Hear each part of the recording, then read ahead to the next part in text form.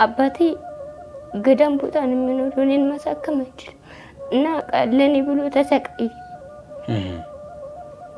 ልጆችም ቢኖር ልጆችም ሁለት ልጅ ሞቱብኝ።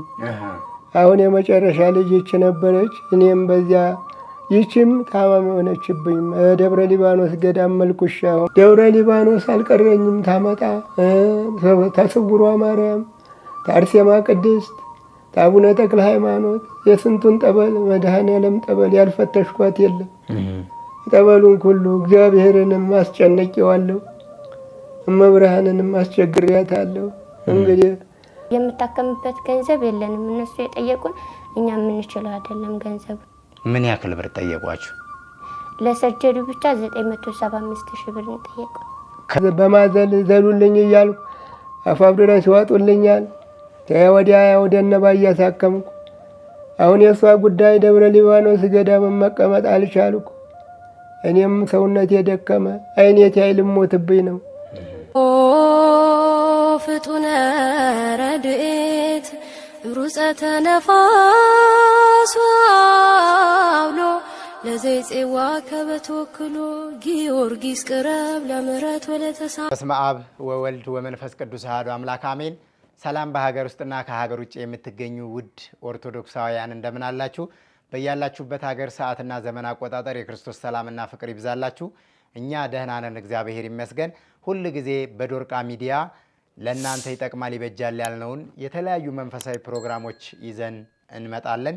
ዛሬ ደግሞ በተለየ ሁኔታ አንድ አባት መነኩሴ፣ አንዲት ሕፃን ልጅ ብላቴና ይዤ ወደ እናንተ የመጣሁበት ትልቅ አሳዛኝና ቅስም ሰባሪ የሆነ የህይወት ታሪክ ስላለው ነው። አባታችን አባ ተስፋዬ ይባላሉ። እንግዲህ በስተርጅና በ77 ዓመታቸው ምንኩስናን ተቀብለው በገዳምም በተለያየ ቦታ ነው የሚኖሩት። የህይወት ታሪካቸውን አሁን የገጠማቸውን ችግር ወደ እናንተና ወደ እኔ የመጡበትን ትልቁ ምክንያት ምን እንደሆነ አብረን እንሰማቸዋለን። አባታችን እንኳን ደህና መጡ። ስሞትም አለበል እስቲ ለአድማጭ ተመልካቾቼ ይንገሩልኝ፣ ያስተዋውቁልኝ። አባ ተስፋዬ እባላለሁ። አባ ተስፋዬ እንዴት ኖት? ደህና ነን፣ ደህና እግዚአብሔር ይመስገን። ዛሬ እንዴት ወደዚህ ሚዲያ መጡ? ወደዚህማ ያመጣሁበት በችግር ላይ ሆኜ ነው። በኑሮ ባለም በንብረት ውስጥ ነበር የምኖረው። ባለቤቴም ሞተችብኝ። ልጆችም ቢኖር ልጆችም ሁለት ልጅ ሞቱብኝ። አሁን የመጨረሻ ልጅ ይች ነበረች። እኔም በዚያ ይችም ታማሚ ሆነችብኝ። ደብረ ሊባኖስ ገዳም መልኩሻ አሁን በ77 ዓመቴ ይሄ መከራት የጠናብኝ ጊዜ መለኮስኩ። አሁን ልጅቷ ታማሚ ሆነችብኝ።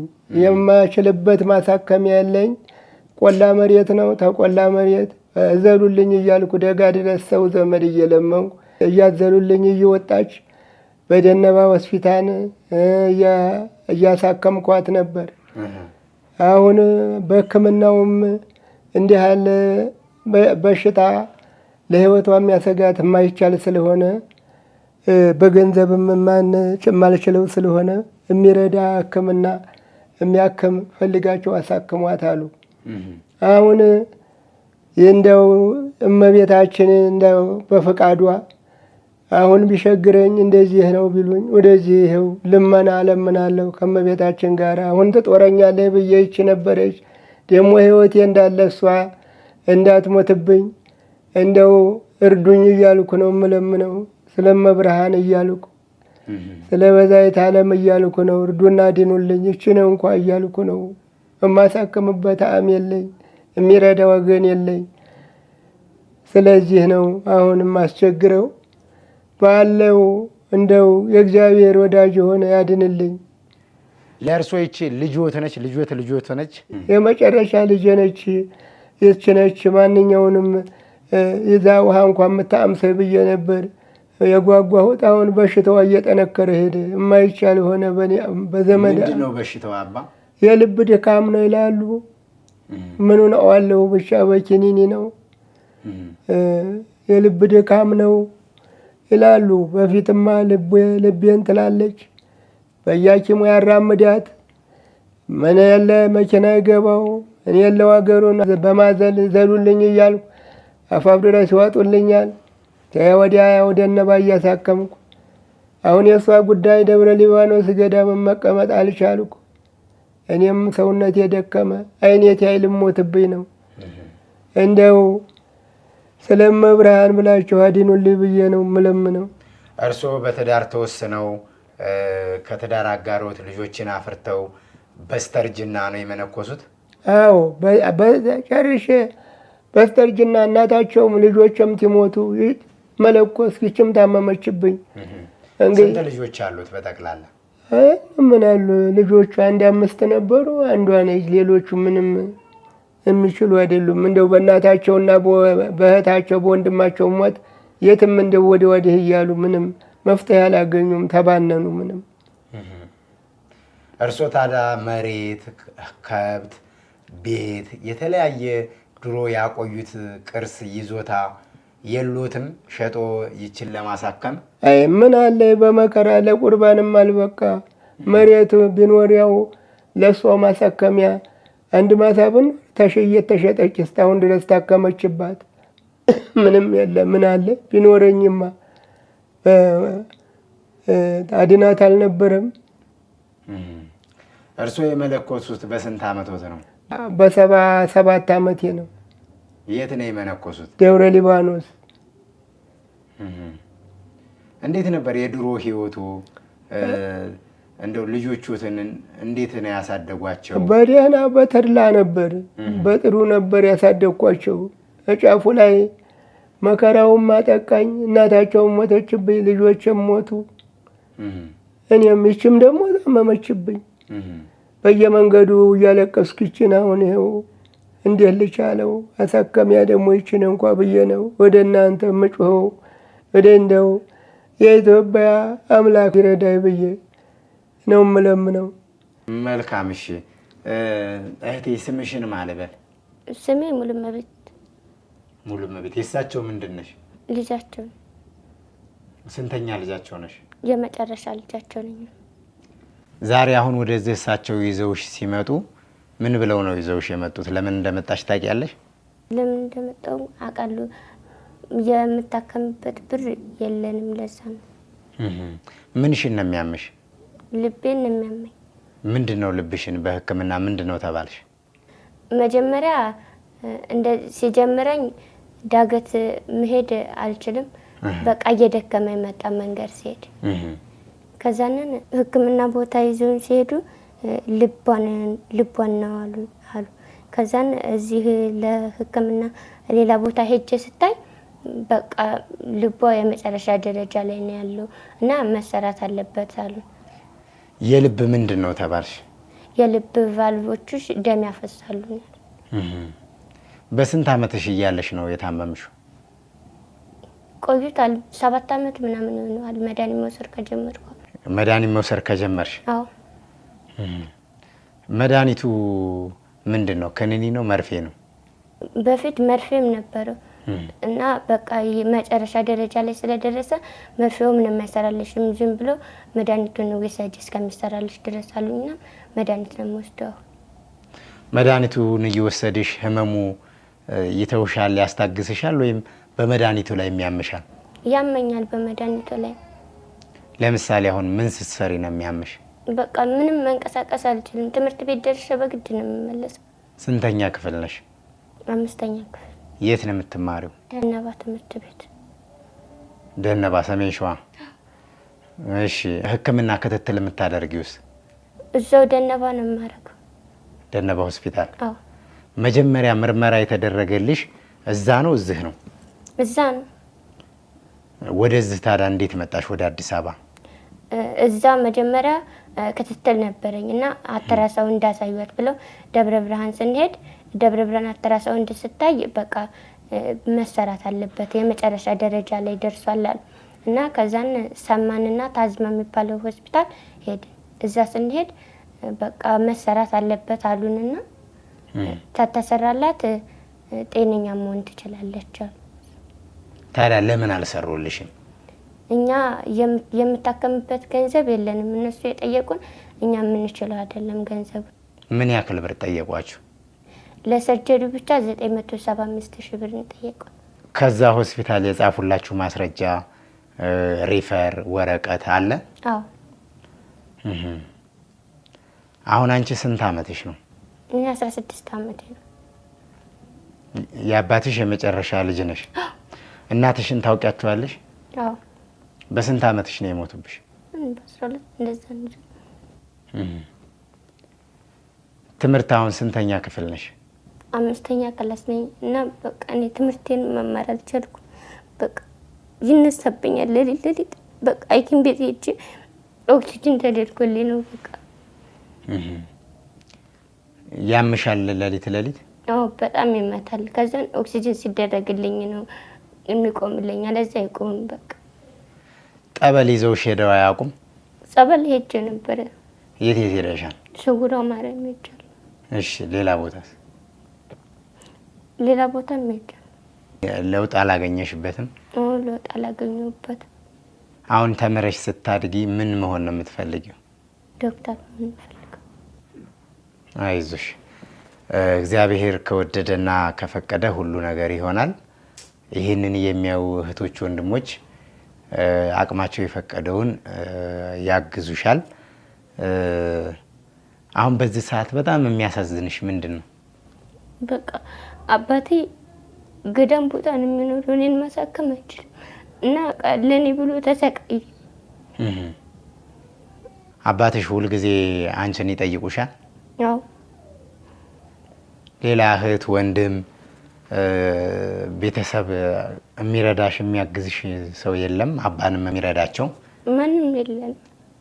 ስለዚህ ይሄንን 975 ሺህ ብር ተሰብስቦ ለሕክምና መከፈል ቢችል ትድኛለሽ ብለውሻል? አዎ ለሰርጀሪ ብቻ ነው እንደዚህ ያሉ። የት ሆስፒታል ነው እንደዛ ያሉሽ? ታዝማ።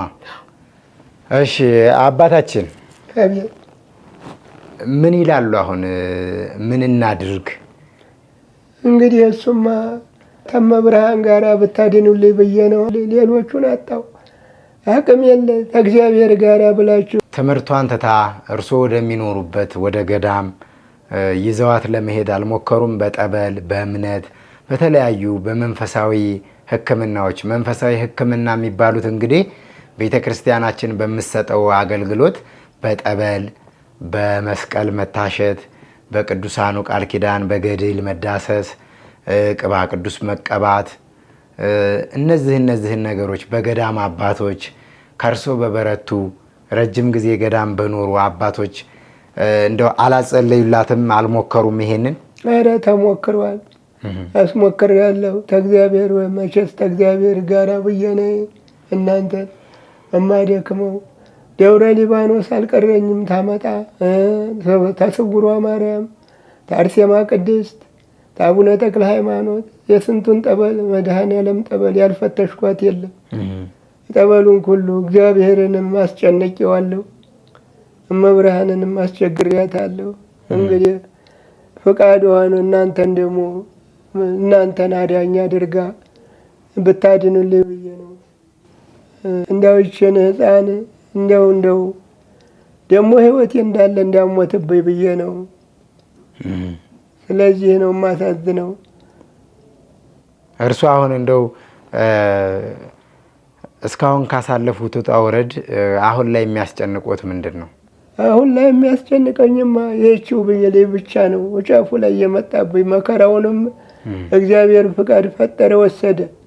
ደግሞ ይችን ጫፉ ላይ እንደው አይኔት ያይተሞትብኝ እንደው ብዬ እሱ ነው ያስጨነቀኝ። አሁን አቅም የለኝ በምን ያድናት።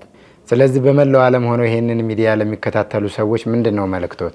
እግዚአብሔርን እለምናለሁ፣ መብርሃንን እናንተ አቆይልኝ እያልኩ ጸሎት አደርጋለሁ። ሌላ ምንም አደርገዋለሁ?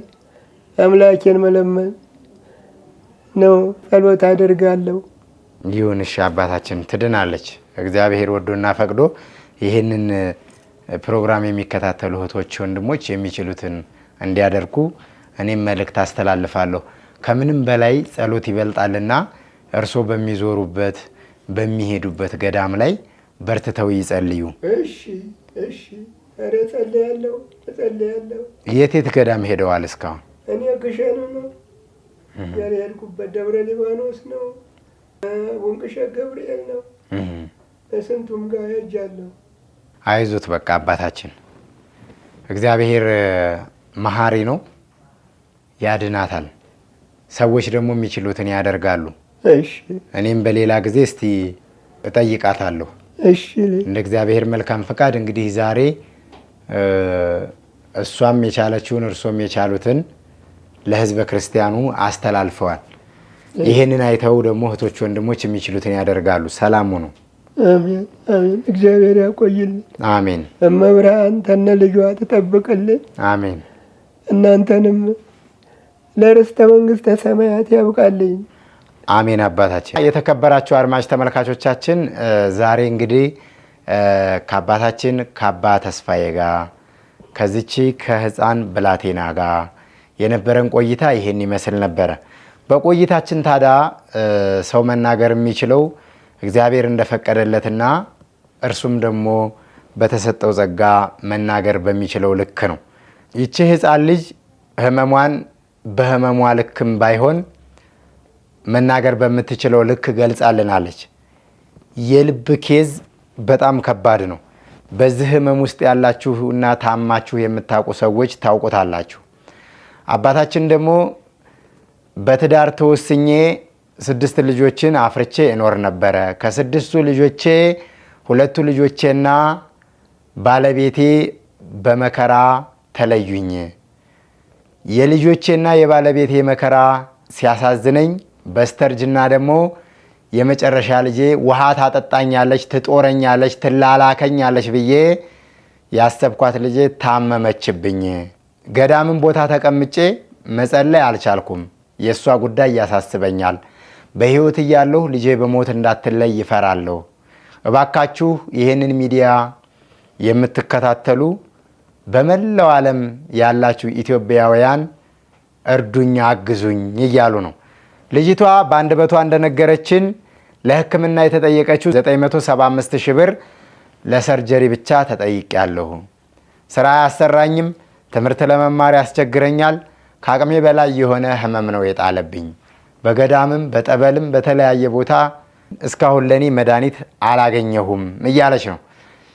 በሀገር ውስጥና ከሀገር ውጭ የምትኖሩ ኦርቶዶክሳውያን እንዲሁም የሰው ልጅ በሙሉ ሰው ለመርዳት ሰው መሆን በቂ ስለሆነ የምትችሉትን ነገር አድርጉ። ከዚህ በተሻለ መንገድ ፕሮግራሙን ሰርቼ ማቅረብ እንዳለብኝ አምናለሁ። ግን እነሱም የመጡት ከክፍለ ሀገር ነው። እሷም የመጣችው ትምህርት ትታ ለቼካፕ በመጣችበት አጋጣሚ ሰዎች ወደ እኔ መርተዋቸው ነው የመጡት። ስለዚህ እግዚአብሔር ከፈቀደ ለጠቢብ አንድ ቃል ይበቃልና አንድ ሰው ይሄንን መልእክት ሰምቶ ይችን ልጅ ማሳከም ይችላል፣ የአቅሜንና የበኩሌን ላድርግ ልሞክር ብዬ ነው የሰራሁት ቪዲዮውን። ስለዚህ ይችን ልጅ ገና ተምራ ለሀገር የምትጠቅም ለወገን የምትጠቅም ብዙ ነገር ማድረግ የምትችል ገና ትንሽ ብላቴና ነችና እባካችሁ ሰው የሆናችሁ በሙሉ ሰው ለመርዳት ሰው መሆን በቂ ስለሆነ ተረባርበን ይችን ልጅ እናሳክማት።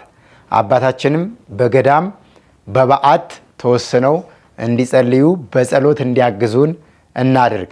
በ77 ዓመታቸው 6 ልጆችን ካፈሩ በኋላ የትዳር አጋራቸው በሞት ሲለዩቸው በስተርጅና ንስሐ ገብተው ስጋ ወደሙ ተቀብለው በክብር የእንጦስና የመቃርስን አስኬማ በደብረ ሊባኖስ በታላቁ ገዳም ጭነው አባ ተስፋዬ ተብለዋል። ስለዚህ አባታችን ከዚህ በኋላ የነሱ በረከትና ጸሎት ነው እንጂ ለኛ የሚያስፈልገን በሚዲያ ወጥተው እንደዚህ ሲለምኑና ሲያለቅሱ ማየት ተገቢ አይደለም። አባታችን በመጨረሻ ነው ጥያቄ የሚጠይቁት፣ የረሳሁትን ጥያቄ ነውና ልጅቷን መርዳት ለሚፈልጉ ሰዎች በማን አካውንት ነው ገንዘብ የሚገባው? አካውንት አላት እሷ፣ እርሷ አሉት? የማንን አካውንት ነው የምሰጣቸው? ልጅ አለች፣ እህቷ አለች፣ አስማራ ትባላለች። ሌላ ልጆት አካውንት አላት? አዎ። ማን ትባላለች? አስማረች። አስማረች ማ? ተስፋዬ። የእርሶ ልጅ ናት? አዎ። እሺ፣ አስማረች ተስፋዬ ትባላለች። ሌላኛዋ ልጃቸው ልጅቷን የምታስታምማትና የምትከታተላት ከታች ላይ አካውንት ቁጥሯን አስቀምጠላችኋለሁ። የምትችሉትን አግዟት። እግዚአብሔር አምላክ ወዶና ፈቅዶ ይህች ልጅ ታክማ ድና ለማየት እግዚአብሔር ያብቃን። ዛሬ የነበረን ቆይታ ይህን ይመስል ነበረ። በቀጣይ በሌላ ፕሮግራም እስከምንገናኝ ድረስ ሁላችሁም በያላችሁበት ቸር ሰንብቱ።